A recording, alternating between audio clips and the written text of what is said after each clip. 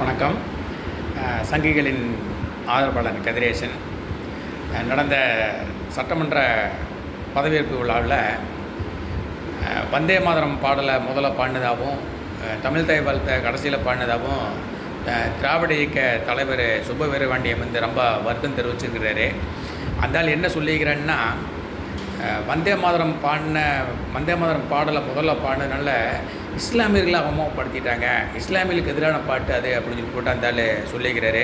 ஏன்டா பரதேசி பண்ணாட புண்ணாக்கு, இல்லை உங்கள்கிட்ட வந்து இஸ்லாமியர் யாராவது சொன்னாங்கன்னா இந்த மாதிரி வந்தே மாதரம் பாடலை வந்து முதல்ல பாடினதுனால எங்கள் மனசில் ரொம்ப புண்பட்டுருச்சு, நாங்கள்லாம் வருத்தப்படுறோம், நாங்கள் இந்த நாட்டை விட்டு போகிறோம், எங்கள் ஆதார் கார்டை திருப்பி கொடுக்குறோம், எங்கள் ரேஷன் கார்டை திருப்பி கொடுக்குறோம், எங்களுடைய ஓட்டு ஐடியை திருப்பி கொடுக்குறோம், எங்களை ரொம்ப அவமானப்படுத்திட்டாங்க, இந்த நாட்டில் இனிமேல் எங்களால் வாழ முடியாது அப்படின்னு அதுவும் கூட எழுதுனாங்கன்னா அவங்க வேலையை பார்த்துட்டு சிவனேன்னு அவங்க போயிட்டுருக்காங்க. பாரு, நான் சட்டமன்றத்தில் வந்தே மாதரம் பண்ணாங்களா, தேசிய கீதம் பண்ணாங்களா, தமிழ் தாய் பண்ணாங்க, யாருமே எதையுமே கண்டுக்கல.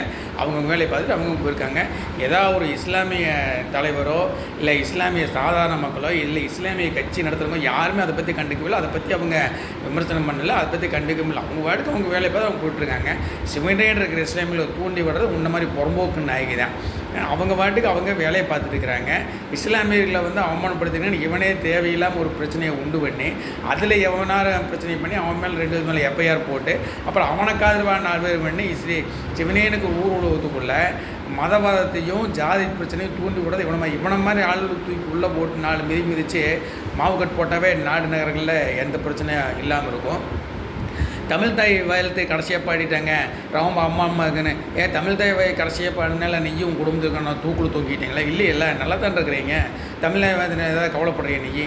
நீ செட்டியார் கரெக்டாக, நீ செட்டியார் தானே. உன்னோட பிள்ளைக்கு என்ன பண்ணிக்கிறேன், செட்டியார் வீட்டில் தான் கல்யாணம் பண்ணிக்கிறேன். உன் பையனுக்கு அதே மாதிரி செட்டியார் வீட்டில் தான் கல்யாணம் பண்ணிக்கிறேன். செட்டியாருக்கு ஒரு சாதி சங்கம் இருக்குது, அந்த ஜாதி சங்கத்தில் நீ ஒரு தலைவராக இதுக்கு உண்டான ஆதாரம் பூராமல் எங்ககிட்ட இருக்குது. நீ ஜாதி மறுப்பு கொள்கை உள்ளவன், ஜாதியை பற்றி பேசாதவன். உன் பிள்ளைக்கு ஏதாவது ஒரு தலித்து பையனை கல்யாணம் பண்ணி வச்சுக்க வேண்டியதானே. அதே மாதிரி உன்னோட பையனுக்கு ஏதாவது ஒரு முஸ்லீமோ இல்லை கிறிஸ்தவ பெண்ணை கல்யாணம் பண்ணி வச்சு ஒரு புரட்சி பண்ணிக்க வேண்டியதானே. ஏன் பண்ணலை? ஏன் உன்னோட பிள்ளைக்கு ஜாதி பையன் வேணும், உன்னோட பையனுக்கு ஜாதியை வேணும், உனக்கு ஜாதி சங்கம் வேணும்.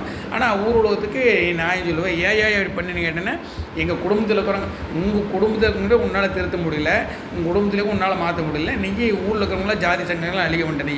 சரி, 70 வருஷமாக திராவிட கட்சிகள் தான் தமிழ்நாட்டில் ஆட்சியில் இருக்குது. ஜாதியை ஒழிக்கிற ஜாதி ஒழிக்க இது வரைக்கும் எந்த ஜாதியை ஒழிச்சிருக்க சொல்லுங்களா பார்க்கலாம். எந்த ஜாதியில் ஒழிச்சிருக்கீங்க நீங்கள்?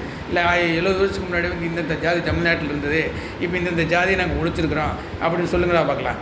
ஏதோ சொல்கிறது பூரா போய் தேவையில்லாம் போய் அவன் ஜாதியை மறந்து அவன் ஊருக்குள்ளே நிம்மதியாக சந்தோஷமாக வாழ்ந்துருக்கிறேன். ஜாதியை ஞாபகப்படுத்தி ஜாதி பிரச்சனையை ஊருக்குள்ளே உண்ண உன்ன மாதிரி தெருப்புரைக்கு வெங்காயம் பொறுக்கிற நாயகி தாண்டை இந்த வேலையெல்லாம் செய்கிறது. இந்த வந்தே மாதரம் பாடலில் வந்து பாடினதுக்காக ஒரு இஸ்லாமியர் கூட வருத்தமும் தெரிவிக்கல. அவங்க அதை பற்றி கண்டுக்கவும் இல்லை.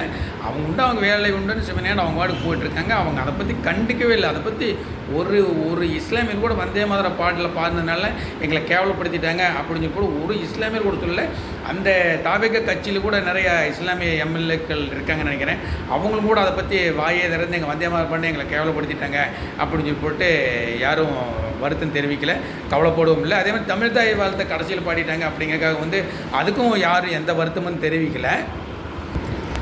அவங்கவுங்க வேலையை பார்த்துட்டு அவங்க வேலையை பார்த்துட்டு சிவனேன்னு அவங்க போயிட்டுருக்காங்க. வந்தே வாரம் பாடலாம் என்ன, இல்லை தேசிய கீதம் பாடினா என்ன, தமிழ் எதாக இருந்தாலும் நம்ம நாட்டில் பாடுறது தானே. நம்ம நாட்டு சட்டத்திட்டங்களை மதிக்கிறவங்க, நம்ம சட்டத்திட்டத்தை மதித்து வாழ்கிறவங்க தான் அவங்க யாரும் இந்திய நாட்டோட சட்டத்திட்டத்தை மதிக்க மாட்டோம், இந்திய நாட்டுக்கு எதிராக அப்படியா இந்திய நாட்டுக்கு எதிராக அவங்கள போராட வைக்கிறதும், இந்திய நாட்டுக்கு எதிராக அவங்கள பேச வைக்கிறதும், மதவாதத்தை தூண்டுறதும் உன்ன மாதிரி கேடுகட்ட இந்த திராவிட கும்பல் இருக்க வந்தியா இவனை மாதிரி கேடுகட்ட நாயகி தான் அவங்கள சிவனேன்ற ஆளுக்கு இவனே எல்லா இடத்தையும் தூண்டிட முடியாது. அவங்களால எல்லாத்தையும் தூண்ட முடியாது. ஏன்னா உங்கள் பேச்சை கேட்குற ஒரு 4 பேர் இருப்பான், அவர் அறிவே இல்லாத ஒரு வெங்காயம் 4 பேர் இருப்பானுங்க.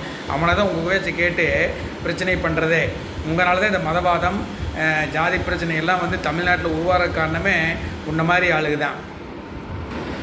இப்போ தமிழ்நாட்டில் பதவியேற்பு விழா முடிஞ்சு 10 நாளைக்கு மேலே ஆயிடுச்சு. ஒரே ஒரு இஸ்லாமியர் கூட, அதாவது சாதாரண இஸ்லாமியிலிருந்து இஸ்லாமிய மத தலைவர்லேருந்து அதாவது இஸ்லாமிய கட்சியை நடத்துகிற தலைவர் வரைக்கும் யாருமே வந்து வந்தே மாதர பாடலை வந்து முதல்ல பாடினதுனால எங்கள் மனசு புண்பட்டுருச்சு, நாங்கள் ஃபீல் பண்ணுறோம், எங்களை அவமானப்படுத்திட்டாங்க அப்படின்னு இது வரைக்கும் ஒரு தலைவர் கூட சொன்னதில்லை.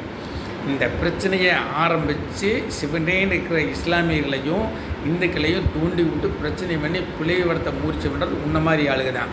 உன்னை வெள்ளம் வந்து இப்படி சும்மா கிடையாது. சிவனேன்னு இருக்கிற ஆளுகளை தூண்டி விட்டு மதவாதத்தை தூண்டி விடுறா, ஜாதி பிரச்சனையை தூண்டி விடுறோன்னு சொல்லி கொடுத்து உள்ளே போட்டு முட்டி பேத்து உன்னை வெள்ளம் மாவுக்கட்டு போட்டு விட்டு அலைய விட்டோம்னா தான் தமிழ்நாட்டில் எந்த பிரச்சனையும் ஜாதி கட்சி மத கட்சி ஜாதி பிரச்சனை மத பிரச்சனை எந்த பிரச்சனையும் வராமல் நாடு அமைதியாக இருக்கணும்னா உன்ன மாதிரி ஆளுகளை முட்டி பார்த்தா சரியாக போயிடும். சரி, வந்தே மாதரம் பாடலில் முதல்ல பாடிட்டாங்க. வந்தே மாதர பாடல் என்ன தேசத்துரோக பாடலாம்? இல்லை, நாட்டோட தேசப்பற்ற உண்டாக்கக்கூடிய பாடல் தானே அது. அதை வந்து அனைத்து சமுதாய மக்களும் ஏற்றுக்கிட்டாங்க. கிறிஸ்தவர், முஸ்லீம், இந்து எல்லாமே வந்து இந்த பாட்டை ஏற்றுக்கிட்டாங்க. தமிழ் தாய் வாழ்த்துன்னு நீ ஓவராக கூவுறையில்ல. தமிழ் தாய் வாழ்த்தை முதல் வரியிலேருந்து கடைசி வரி வரைக்கும் தப்பிலாம் பாடுறாவங்களா? நீ மட்டும் இல்லை, திராவிட கட்சியில் இருக்கீங்கள, திராவிடக்காக போராட ஜாதி ஒழிக்கிறன்னு பேசுகிறீங்களா?